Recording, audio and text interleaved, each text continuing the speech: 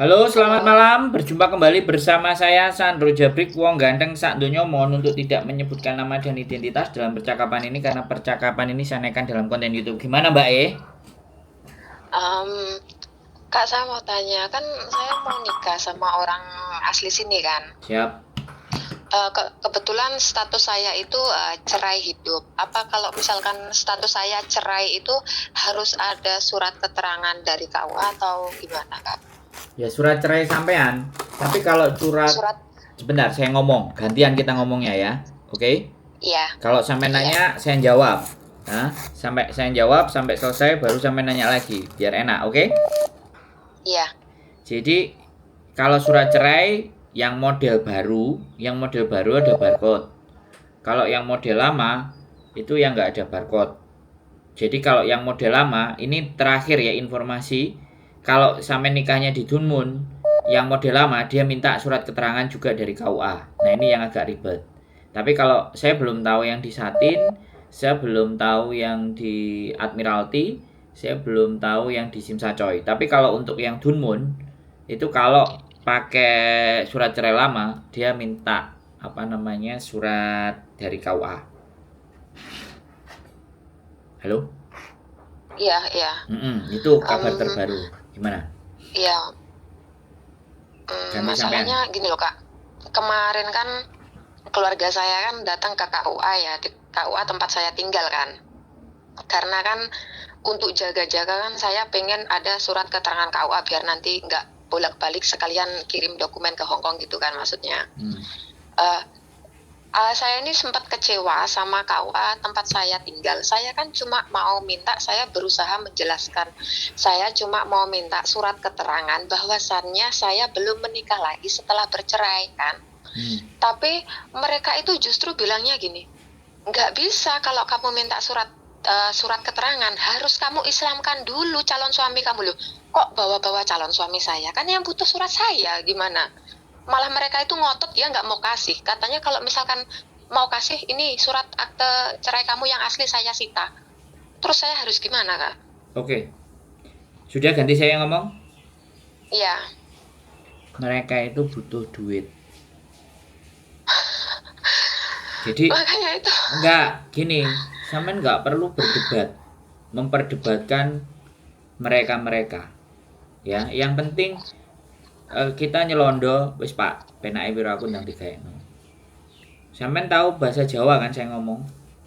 Iya, Sekarang itu yang penting sak niki, saknya niki, sak di dalam sak ini loh, di dalam kantong ini loh. iya, Kalau kita bersikuku dan bersikeras, mereka punya wewenang dan mereka bisa menolak. Tapi kalau kita udah wis oke lah Pak, cincai lah, yang penting semuanya jalan, itu boleh. Indonesia Mbak, kita jangan kaku dan keras. Nggak masuk, jangankan sampean, saya saja yang sudah menikah di Hong Kong, ya sudah pegang sertifikat merit registernya di Hong Kong, di kabupaten di kecamatan tempat istri saya ngajuin itu nggak sah nikahmu, kamu nikahnya iya, cara kafir. Bayangin Mbak, saya itu datang baik-baik menyodorkan saya cuman pingin duplikat nikah atau dicatatkan.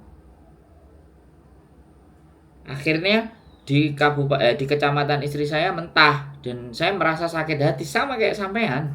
Sama persis. Sampean itu mau minta baik-baik kan? Saya juga minta baik-baik kan? Dan iya, saya bawa berkas dan sudah ada legislasi dari jadi pengesahan dari KJRI sudah saya bawa dua-duanya. Apa ini dia nggak terima. Tapi begitu masuk ke KUA kecamatan saya itu beda penangkapannya. Oke Mas, kami bisa bantu. Ya, yang dibutuhkan ini kami membutuhkan 2 hari, 2-3 hari. Alhasil karena kita mau cepat, istri saya mau balik ke Hong Kong, saya datengin rumahnya Mbak. Kelar semuanya urusan, iya, kepala KUA-nya. Kelar urusan semua Mbak. Dan mohon maaf sekali lagi, mohon maaf, ini saya sampaikan juga di konten karena ini pengalaman langsung pribadi saya. Saya cuma iya, ngamplopin 400.000. Selesai urusan. Dia kasih iya, duplikat semuanya, kemudian bawa ke Hong Kong istri saya. untuk kita apply dependent. Makanya saya apply dependentnya 2 surat. Surat nikah di Hong Kong dan surat nikah di Indonesia. Makanya kalau nggak salah cuma 30 hari, 1 bulan. Atau nggak sampai 3 mingguan, 1 bulan lah dependent visa saya keluar. Jadi begitu Mbak. Jadi kalau sampean berurusan dengan KUA, please jangan adu mulut dan otak. Kalau resmi-resmian, udah nggak ada negara kita itu sekarang kalau kita nggak main-main begituan. Iya, maksudnya gini loh, kok saya kan minta surat baik-baik. Saya kan minta tolong sama Mudin ya, itu loh orang yang menikahkan di Indonesia kan namanya Mudin ya. Siap, betul. Itu sama Pak Mudin kan minta tolong. Terus Pak Mudin itu bilang gini, Mbak nanti kamu ngomong sama kepala KUA-nya ya. Terus saya bilang gini, iya Pak, saya mau menikah di Hong Kong. Nah, salah satu syaratnya itu kan status saya cerai hidup, lah itu harus ada surat keterangan bahwasannya memang saya belum menikah lagi setelah bercerai. Surat keterangan aja kayak gitu.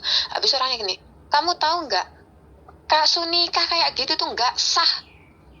Kamu Islamkan dulu calon kamu loh. Kok bawa calon saya, kan yang minta dokumen itu saya, bukan calon suami saya. Itu saya dalam hati gitu. Terus saya ngomong sama Pak KUA-nya gini, Pak maaf ya Pak ya, saya kan butuh surat keterangan untuk saya aja, bukan calon suami kayak gitu. Karena saya nikahnya bukan di Indonesia tapi di Hong Kong. Cuman itu aja surat keterangan. Kamu itu keminter. Saya ini nikahkan orang berkali-kali di sini. Banyak juga yang menikah sama orang Pakistan, sama orang Malaysia, Saudi. Malah saya ini dikatain jangan sahur manuk sama saya loh. Kok malah langsung gini, mendingan kalau misalkan mau uang gitu, oke Mbak, administrasinya segini kan enak ya, maksudnya gitu loh. Nggak bisa bilang kayak gitu kita. Sampean harus masuk dari modinnya. Wis nggak bisa sampean langsung adu terus dengerin sampean. Aku ngerti sampean ngomongnya baik-baik. Sampean kan by phone. Iya. Saya datang Mbak. Saya dibegitukan itu saya datang. Mangkel Mbak. Ini nggak sah ini. Saya nggak bisa kasih. Dia ngomong kayak gitu. Dan itu pun ada stafnya semuanya Mbak. Coba sebagai warga. Sudah saya dari situ makanya saya mikir. Kalau urusan birokrasi sama Indonesia udah, saya mending cari orang lain untuk lobby yang lebih deket, lebih kenal sama itu pamong, selesai. Wis jaluk piro Pak wonge? Iki sakmene, tolong sampean negokno. Kok sampean piro? Wis, oke lah. Tolong ngatur beres, Pak. Udah, itu birokrasi di Indonesia itu begitu, Mbak. Sampean mau jujur-jujuran kayak saya ini, saya ngalamin sendiri apa yang sampean sampaikan. Cuman kan sampean by phone. Saya datang, Mbak. Iya. Saya datang baik-baik meminta, memohon karena dia memang pejabat yang berwenang, ya kan? Kepala KUA. Saya pertama ke stafnya, monggo aja langsung ke kepalanya, monggo beliaunya sudah ada di ruangan, monggo diketuk aja, sampaikan apa maunya. Saya juga ngomong baik-baik, Mbak. Saya datang. Betapa sakit hatinya saya. Sampean kan telepon, sampean bisa tutup telepon selesai. Lah saya datang loh Mbak. Kok gak pulang dengan getem, makanya wis bullshit semuanya, pokoknya birokrasi. Makanya sekarang kalau apapun saya urusan di Indonesia udah, saya cari orang yang deket sama kepalanya, yang dia bisa dipercaya, nggak apa-apa, saya nggak langsung. Karena kalau langsung orang juga kan nggak kenal, ya kan. Tapi kalau misalnya pamongnya atau stafnya, ya oke lah, agak lebih banyak dikit kita mau kasih, tapi ya sudah, yang penting kan urusan kita beres. Ya, jadi begitu Mbak. Jadi nggak perlu, wis telepon aja mudinnya, tanya sama mudinnya. Ya. Iya. Lalu Pak Mudin itu ngasih saya ini loh Pak, ngasih saya surat yang dari desa, nama ini ya sesuai KTP ya, bahwasannya belum pernah menikah lagi setelah bercerai sampai saat ini. Tapi suratnya cuma surat dari desa. Nggak apa-apa. Kan kata Pak Mudin gini, Mbak gini aja wes tak kasih surat dari desa, soalnya Pak KUA-nya kan ini keras, maksudnya gitu loh, egonya kan keras gitu. Kalau misalkan saya saya kasih dari desa aja gimana, bisa apa enggak gitu? Nggak apa-apa, sampean translate dalam bahasa Inggris. Oke ya, saya ceritain ya. Itu berkas dokumen. Aku nggak tahu kalau sampean sudah ngerti. Ya kalau belum ngerti saya sampaikan, tapi kalau sudah ngerti ya nggak apa-apa. Itu dipakai aja terus ditranslate dalam bahasa Inggris. Jadi buat landesan surat. Kalau dia bilang KUA, bilang aja KUA-ne Homawan. Ini surat, bilang aja ini surat keterangan dari desa saya, tempat saya tinggal, gitu aja. Sebenarnya nggak banyak nanya kok, menurut saya. Apa namanya, lembaga nikah itu nggak banyak nanya. Jadi kalau dia minta aja baru kita bikinin. Kalau dia nggak minta, Iya, nggak usah dilampirin. Kalau saya ya kan. Cuman kemarin iya, teman saya yang menikah di Dunmun pakai surat cerai lama tahun 2003, ya kan nggak ada barcode-nya, makanya dia minta surat keterangan. Gitu ya, kita bikinin, apapun nggak ada masalah. Kita coba buatin, kita teleponin pihak KUA-nya dan semuanya mau, memang prosedurnya kayak gitu, Mbak. Kalau surat iya. cerainya lama, kalau sampai surat cerainya baru barcode itu nggak ada masalah. Yang penting, Surat, yang penting, iya. yang penting semua namanya yang tertera di dokumen itu dengan paspor dan KTP sampean itu sama, itu udah lancar. Iya. Nah, wis itu aman, wis nggak jadi masalah. Kalau memang dari Modin ya nggak apa-apa, dari Modinnya aja. Iya, itu kan dimintain dari desa, katanya kasihan lah udah minta tolong gitu, daripada nggak dapat mending tulis dari desa aja, dimintain dari desa. Soalnya akte cerai saya ini kan tahun 2020 tapi nggak ada barcode-nya. Ya nggak apa-apa, wis dari desa aja, landesan dicoba. Iya. Sampean di mana sih? Nanti mau apply-nya di mana? Saya rencananya itu di Satin. Oke, Satin lebih mudah, paling mudah Satin. Nggak banyak ribet, Iya, karena pas. kan deket rumah juga gitu. Ya nggak apa-apa, bagus. Saya nggak pernah terkendala di Satin. Kemarin di Tunmun satu kali terkendala, yaitu tadi. Iya. Tapi kalau saya ke teman-teman semuanya nyaranin ke Satin nggak pernah terkendala. Cuman kemarin nyuruh ke Dunmun soalnya schedule-nya cepet. Yang nikah nggak banyak kalau di Dunmun. Sebenarnya itu aja ceritanya. Iya. Nggak apa-apa, wis sampean gunakan aja itu, pakai semua dokumen ditranslate dalam bahasa Inggris ya. KTP, KK, akte, surat cerai dan surat rekomendasi dari kepala desa tadi itu Iya. ditranslate dalam bahasa Inggris semuanya. Itu KTP-nya Masnya nanti yang digunain buat apa apply di Satinnya itu yang KTP Hongkong kan, kayak Hongkong ID Ya ya, kalau bukan KTP menikah, Indonesia. cuman surat cerai sama keterangan dari desa itu kalau menikah. Tapi Iya. nanti kan ujungnya sampean mau ngajuin dependen toh. Lah, baru kalau dependen KTP, KK, akte, surat cerai dan keterangan cerai itu ke imigrasi. Oh gitu. Nah, Berarti ke imigrasi itu pakai KTP Indonesia ya? iya harus ada. KTP Indonesia ada, KTP Hongkong ada. Soalnya KTP Indonesia itu kan statusnya itu masih kawin, belum sempat ganti ke cerai gitu. Soalnya dulu pernah nanya ke balai desa, katanya gini, sekarang kan sudah elektrik, itu walaupun tulisannya kawin di sistem cerai hidup, kayak dibodoh-bodohin gitu. Enggak, memang kan sampean nggak pernah pulang dan nggak pernah bikin KTP yang baru. Ya sampean jelaskan, pembuatan itu kan ada di bawahnya foto. Ini pembuatan Iya.